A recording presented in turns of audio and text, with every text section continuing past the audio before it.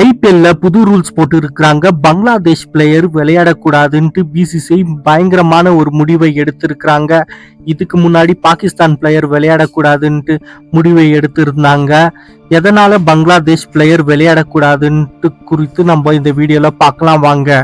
2026 IPL ஆக்ஷன்ல Bangladesh பிளேயரான Mustafizur ரஹ்மானுடைய base price 2 கோடி இருந்துச்சு. பிட் பண்ண ஆரம்பிச்சாங்க. சிஎஸ்கேவும் கேகேஆரும் போட்டி போட்டாங்க.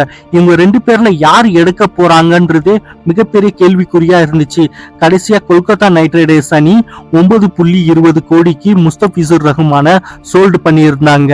பிசிசிஐ என்ன சொல்லி இருக்கிறாங்கன்னா, கொல்கத்தா மேனேஜ்மெண்ட் கிட்ட பங்களாதேஷ் பிளேயர் ஐபிஎல் விளையாடக்கூடாது, முஸ்தபிசுர் ரஹ்மான ஸ்குவாட்ல இருந்து ரிலீஸ் பண்ணுங்க, அவருக்கு பதிலா நீங்க ரீப்ளேஸ்மெண்டா வேற எந்த பிளேயர்னா நீங்க எடுத்துக்கலாம். இவ்வளவு வருஷமா ஐபிஎல்ல பங்களாதேஷ் பிளேயருங்க விளையாடினாங்க.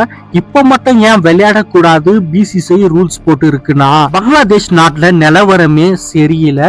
இந்து மக்களை அங்க தாக்கப்படுறதுனாலையும் இந்தியாவுக்கும் பங்களாதேஷுக்கும் அரசியல் ரீதியாகவும் ஒத்து போவாதனாலையும் பங்களாதேஷ் பிளேயர் மட்டும் ஏன் ஐபிஎல்ல விளையாடணும்னு கேள்வி எழுப்பப்பட்டு இருக்கு. அதிரடியான முடிவை எடுத்திருக்கிறாங்க பிசிசிஐ எடுத்த முடிவை பத்தி நீங்க என்ன நினைக்கிறீங்களோ அதை மறக்காம கமெண்ட்ல சொல்லுங்க. இந்த வீடியோ உங்களுக்கு பிடிச்சிருந்தா மறக்காம லைக் சப்ஸ்கிரைப தட்டி விட்டுருங்க.